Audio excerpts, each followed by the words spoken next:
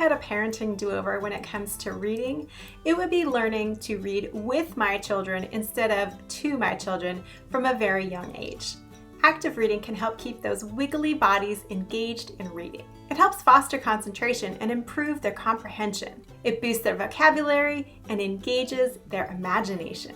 So what does it mean to do active reading? When my kids were young, I really just loved a good story. Like this one, Tow Truck 123. It was so easy for me to get drawn in and just want to read this story as it was written page by page. Active reading encourages us to stop and ask questions.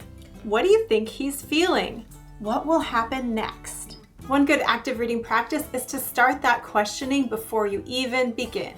What do you think that this book will be about? Have you read a similar book like this? What questions do you have? Now, if you're new to this, I encourage this You Choose series. For example, is there a job you'd like to do? So let's say that they pick the scuba diver. Well, why did you pick that? What interests you about that? What do you think it would feel like being deep in the ocean? Another great option for encouraging conversation during the books is the complete book of Farmyard Tales. In here, there's going to be a little yellow duck on every single spread. So you can have your child engaged and looking for those, digging deep into those illustrations as you're reading. So now we know to ask questions before and during and also after reading. How about building vocabulary? For example, here in our Hotel Flamingo series, we're hearing the lifeguard waved furiously. Pause for a second. Ask your child, do you know what furiously means? What do you think that might mean? Have you heard that used in another sentence before? And finally, we have C, connect to their world and their experiences. This is going to bring everything around and give them a deeper comprehension immediately. For example, in here, don't speak, your secret is safe with me, the woman continued. Hold up, have you ever had someone tell you a secret?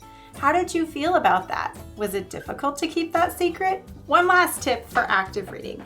I think every family has had that one book that they get on repeat. Your child is always asking for it, and honestly, it can get a little boring.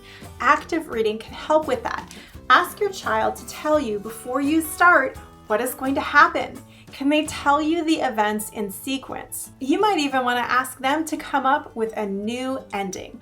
All of this is going to help keep your experience fresh while allowing children to have that exposure to the story and to really gain everything that they can out of learning from literature. I hope that this helps you get a deeper experience out of reading with your children. It is such a pleasure to help them learn to read and to learn from books, and I think you will enjoy it all that much more for doing it together.